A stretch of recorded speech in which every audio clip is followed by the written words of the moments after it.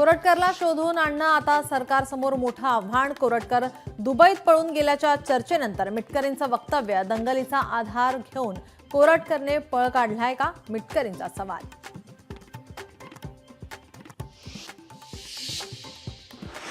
अजित पवार आणि जयंत पाटील यांच्यात बैठक. अजित पवार आणि जयंत पाटलांमध्ये बंद दाराआड चर्चा. दोघांमधील चर्चेचं कारण काय, असा सवाल.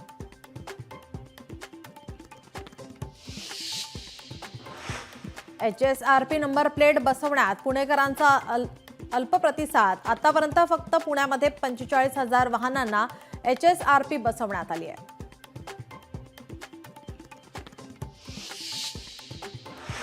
काँग्रेसची सत्यशोधक समिती आज नागपूरमध्ये. समितीत माणिकराव ठाकरे, यशोमती ठाकूर, नितीन राऊत. नागपूरमधील हिंसाचार प्रकरणी पोलीस प्रशासनासोबत करणार चर्चा. बांगलादेशमध्ये निवडणुका निश्चित. डिसेंबरमध्ये निवडणुका होण्याची शक्यता. मोहम्मद युनुस यांचे जवळचे सहकारी महफूज आलम यांची घोषणा.